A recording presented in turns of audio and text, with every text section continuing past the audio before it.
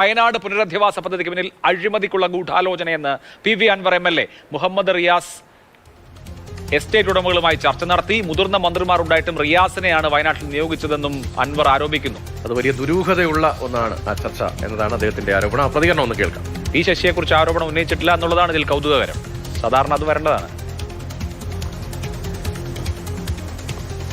അല്ലെങ്കിൽ രണ്ട് കേന്ദ്രത്തിൽ മാത്രമേ നടത്തൂ എന്ന തീരുമാനമെടുക്കുന്നത് പിണറായിയാണ്.